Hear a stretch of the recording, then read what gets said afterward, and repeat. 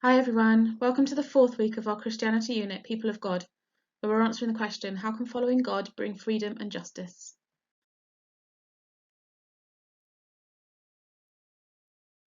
We're continuing with the story of Moses again this week. Use the pictures to remind yourself of the story so far. Moses did as God had commanded and led the people out of slavery into a new land. This great move was called the Exodus, but the people had not gone far before Pharaoh changed his mind. He sent his army of chariots after the people of Israel to bring them back, and they found themselves trapped on the shores of the Red Sea. But then God did yet another amazing miracle. He split the sea in half, making a pathway for all of the people to walk through safely to the other side of the sea. Pharaoh saw that his slaves were getting away and so chased after them, but his army became stuck in the mud, and soon the waters that had been parted joined together once more in an awful crash. The army were drowned, and God's people were free at last. Our learning objective this week is to understand what a miracle is and how God used miracles to free the Israelites. The video was quite short this week, so we're going to have a look at the verses from the Bible which tell this part of the story, as they give us much more detail. The king of Egypt was told that the people of Israel had already left. Then he and his officers changed their minds about them. They said, "What have we done? We've let the people of Israel leave. We have lost our slaves." So the king prepared his war chariot and took his army with him. He took 600 of his best chariots. He also took all the other chariots of Egypt. Each chariot had an officer in it. The Lord made the king of Egypt stubborn, so he chased the Israelites, who were leaving victoriously. The king of Egypt came with his horses, chariot drivers, and army, and they chased the Israelites.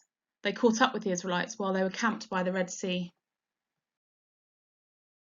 The Israelites saw the king and his army coming after them. They were very frightened and cried to the Lord for help.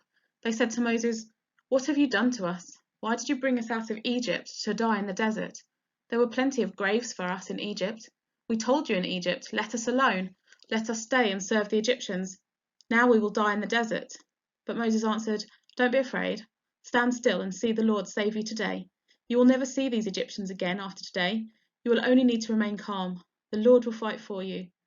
Then the Lord said to Moses, "Why are you crying out to me?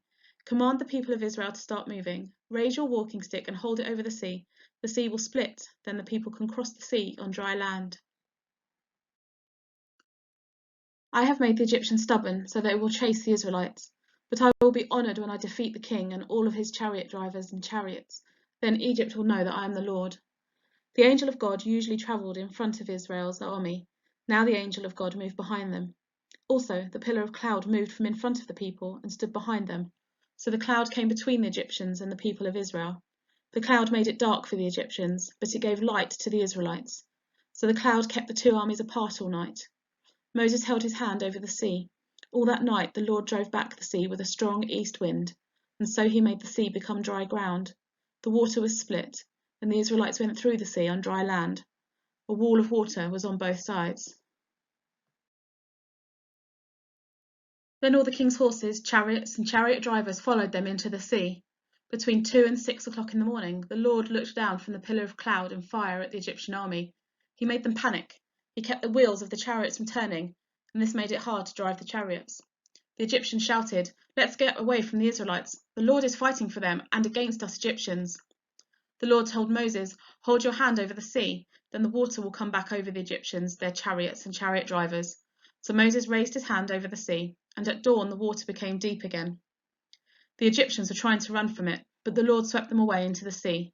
The water became deep again. It covered the chariots and chariot drivers. So all the king's army that had followed the Israelites into the sea was covered. Not one of them survived. But the people of Israel crossed the sea on dry land. There was a wall of water on their right and on their left. So that day the Lord saved the Israelites from the Egyptians. And the Israelites saw the Egyptians lying dead on the seashore.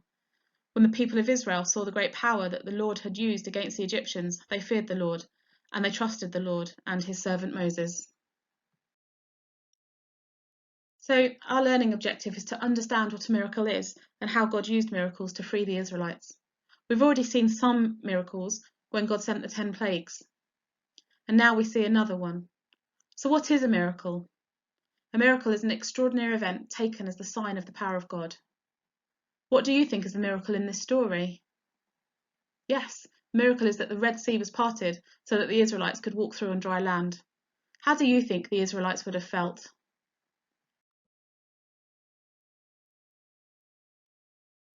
Have a look at this picture of the Israelites walking through the sea that had been parted for them. What do you think they might have been thinking? What do you think they might have been saying to each other?